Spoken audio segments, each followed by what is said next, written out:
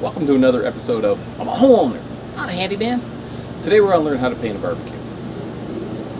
As I said in my other video, I trash picked this barbecue years ago.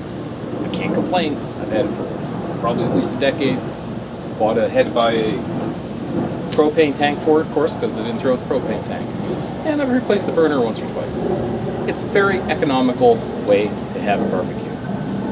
People around here throw good shit, so I pick it up. So I'm going to paint the barbecue. First thing you have to do is clean it, because you can't paint dirt.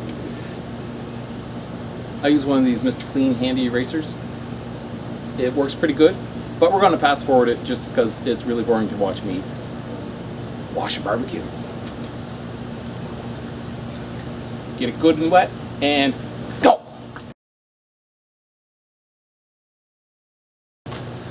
Now I'm going to disconnect my propane tank because I'm going to move the barbecue around a bit. I keep my propane tank between my my barbecue and my propane smoker. Yeah, I use a propane smoker, still it's wood, it burns the wood, and I don't have to maintain the temperature, and I just don't have time to do everything. Come on, give me a break. Check to make sure it's off.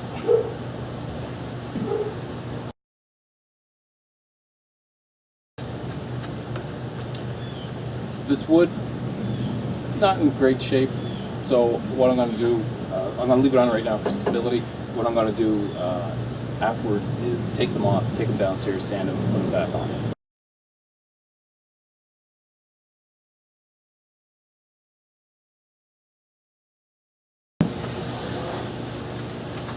Always check with your wife that you're not using a good towel.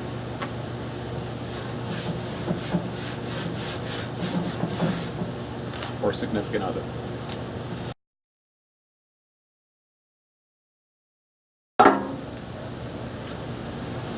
I'll take the handle downstairs, clean it up, and I'll paint it as well downstairs.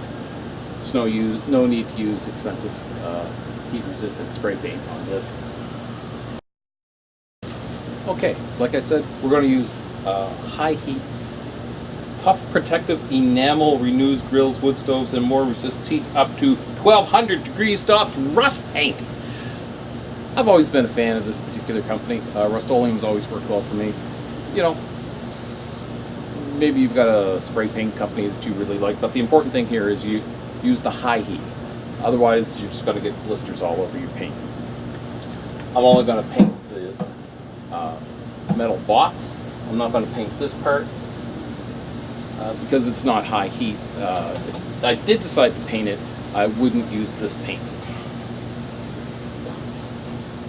There's a price tag on it, but it doesn't say how much I paid for it, but it's more.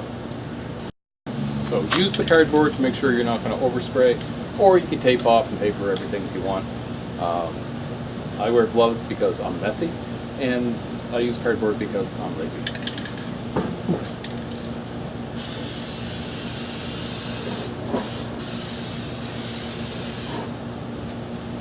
Read the directions. Always follow the directions. Light coats 7 to 10 inches away. 12 to 16 inches away. Like I said, read the directions. I find if you overspray a little bit, like go past your item, you're not going to get a blotch. Over here I didn't, and I got a bit of a blotch. Well, also, follow all safety rules. If you need a respirator, use a respirator.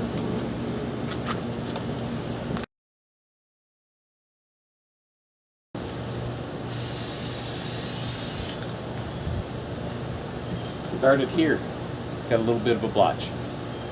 Start a little bit past your project, and go past your project.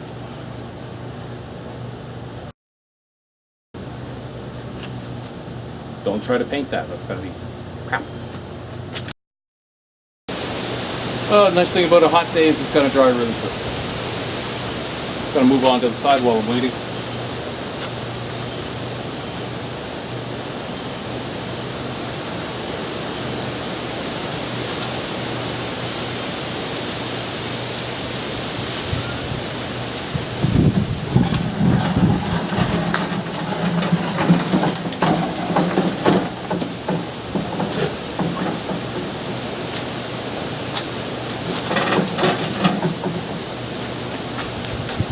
the wind picked up, so it was blowing it away.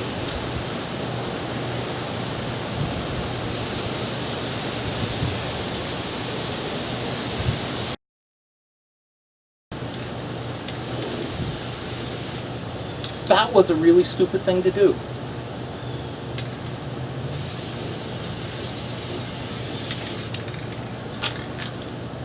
So I could try to scrape all that off with a rag. I'm going to have a watch you run. It's not like anyone's going to see it, and I don't care that much.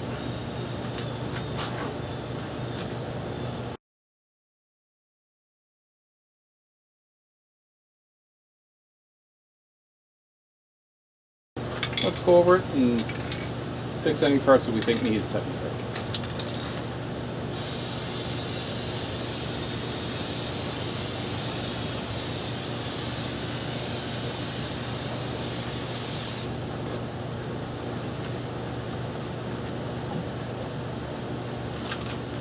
Okay, spray painting's done. I'm going to take those boards off now, take them downstairs, and get out of the heat.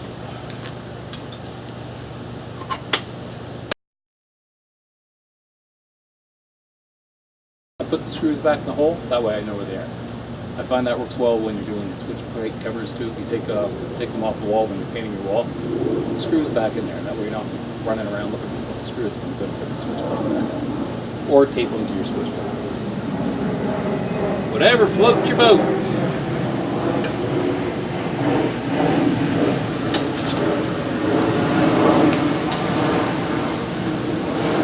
I drop things a lot.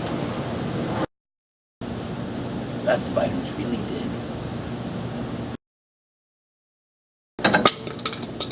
I dropped it again.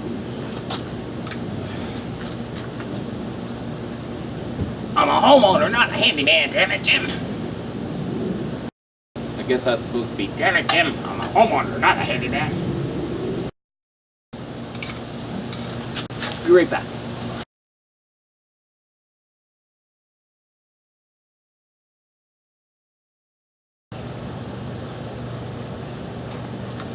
So there you go. For less than $10, our barbecue looks new, and it's a lot cheaper than buying a new one.